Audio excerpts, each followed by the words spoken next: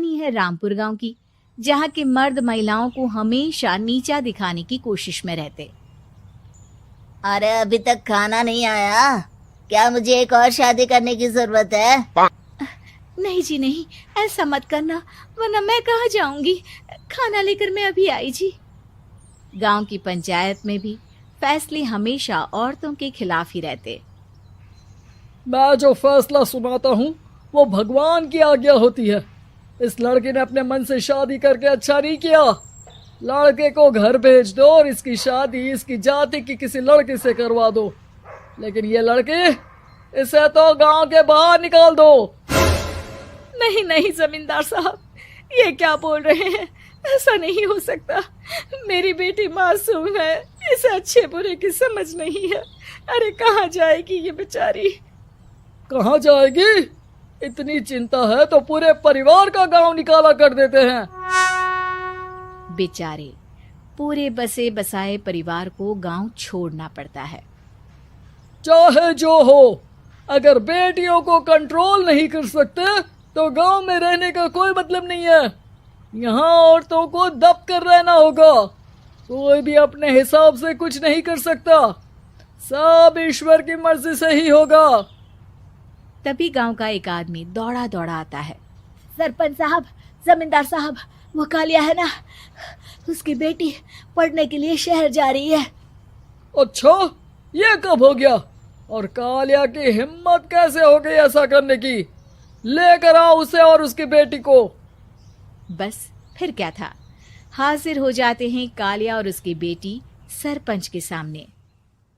और कालिया, ये क्या सुनने में आ रहा है? बेटी को इंजीनियर बना रहा है तू? और ये बता, गांव में तो स्कूल नहीं है, फिर कहां से इतनी क्लास पास कर गई तेरी बेटी? राधा, जो कि कालिया की बेटी है, उसे लगता है कि सरपंच उसकी तारीफ कर रहे हैं। सरपंच जी, मैंने ऑनलाइन पढ़ाई की है, डिस्टेंस लर्निंग से। सभी में मैंने अच्छे नंबर पाए हैं, जिसे देखते हुए शहर की इंजीनियरिंग कॉलेज में मुझे स्कॉलरशिप मिली है। वाह जी वाह, क्या होती है ये? पहले तो ये बताओ, फिर आगे की बात करते हैं। पूरा गांव राधा की बात सुन रहा था और राधा बोलती जा रही थी। तो ऐसे मैं फ्री में करवाने का प्रस्ताव रखूंगी। मुझे पूरी उम्मीद है कि जल्द ही हमारा गांव भी तरक्की की राह पर चल पड़ेगा। राधा की बात सुनकर सारे गांव वाले ताली बजाने लगते हैं। सरपंच को समझ नहीं आता कि वो क्या करे।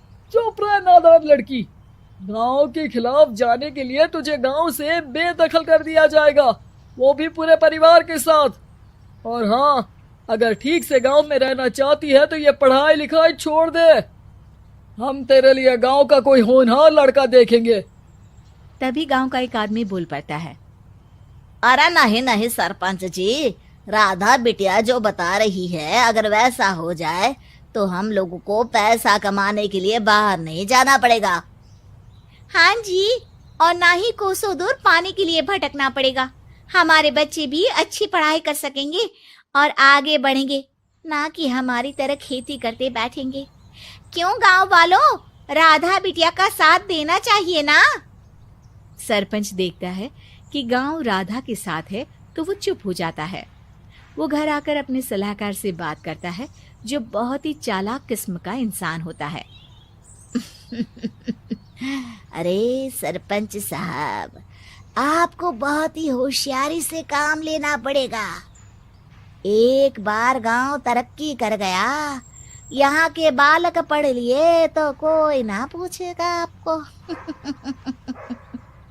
और फिर ये जो बेटा और बेटी है ना आपके, इनको भी आम लोगों की तरह ही जीवन जीना होगा। हाँ, लेकिन करे तो क्या करे? वो ना आप मुझ पर छोड़ दीजिए, बस मैं जैसा बोलूं करते जाइए। अगले रोज सुबह जब गांव वाले सोकर उठते हैं तो राधा के घर के बाहर और साथ ही वो लोग जिन्होंने राधा का सपोर्ट किया था, उनके घर के आगे लाल रंग से कल आऊंगी लिखा होता है। कल आऊंगी, ये क्या होता है? अरे यह तो खून से लिखा है, लगता है कोई भूत प्रेत या चुड़ैल का साया है। चलो सरपंच जी के पास चलते हैं। सभी सरपंच के पास जाकर उसे सारी बात बताते हैं। अरे ये तो बड़ी मुश्किल की बात है। चलो मैं एक बाबा को जानता हूँ, उन्हें बुला लेता हूँ। सरपंच बाबा को लेकर गांव के घर के बाहर जाता है।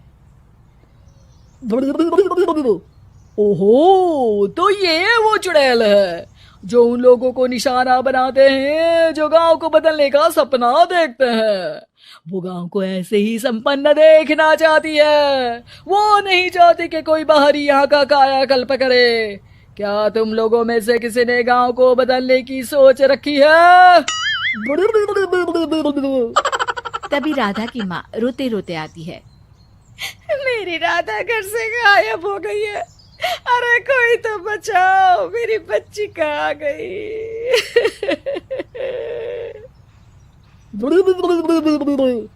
ले गई वो चुड़ैल, तेरी बच्ची को ले गई।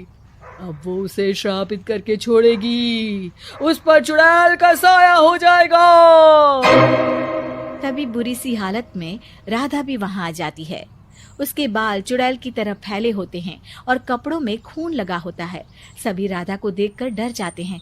माँ, पता नहीं मुझे कौन उठा कर ले गया था। अरे दूर दूर हो जा चुड़ैल, अब हम लोग इस गांव में नहीं रुकेंगे। अरे कैसे बातें कर रहे हैं आप?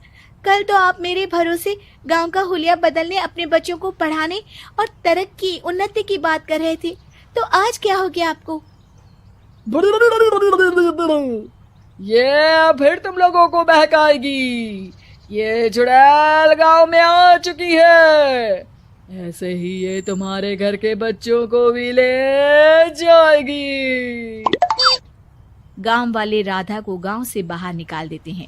उसके माँ बाप रोते रहते हैं, लेकिन गांव वाले नहीं मानते। मैं भी अपनी बहन के साथ गांव के बाहर रहूंगा, लेकिन वो पढ़ाई नहीं छोड़ेगी। वहीं सरपंच के घर पर सलाहकार कहता है। देखा, सांप भी मर गया और लाठी भी नहीं टूटी। लेकिन अगले ही दिन सरपंच के घर के बाहर भी वही शब्द लिखे होते हैं।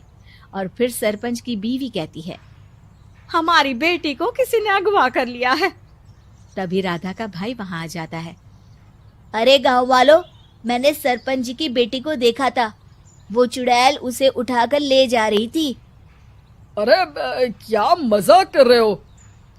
नहीं नहीं सरपंच जी, आप नहीं जानते। वो चुड़ैल अब आपकी बेटी में आ जाएगी, जैसे राधा के अंदर आ गई थी।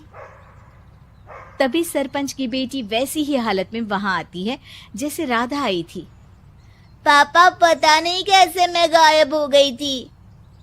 चुड़ैल, इसके अंदर भी चुड़ैल का साया है, मारो इसे। अरे नहीं नहीं, इसे भी राधा के पास गांव के बाहर ही भेज दो। अरे चुप रहो, मेरी बेटी कहीं नहीं जाएगी और चुड़ैल बुड़ैल कुछ नहीं होता है। अरे कैसे बात कर रहे हो सरपंच जी?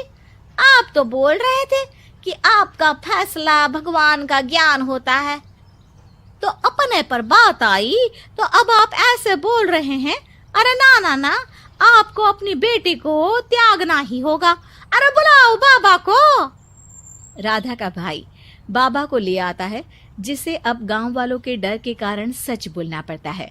मैं कोई बाबा नहीं हूँ, मैं तो मोची था। ये सलाहकार महोदय ने मुझे कहा था एक्टिंग करने को। अब वो मुझे पैसे देने वाले हैं। अब मुझे माफ कर दो। गलती हो गई, मुझे माफ कर दो। तभी वहां राधा आ जाती है। देखा सरपंच जी, जब गांव के बच्चे साक्षर होंगे तो आप जैसे लोगों की चालाकी नहीं चलेगी।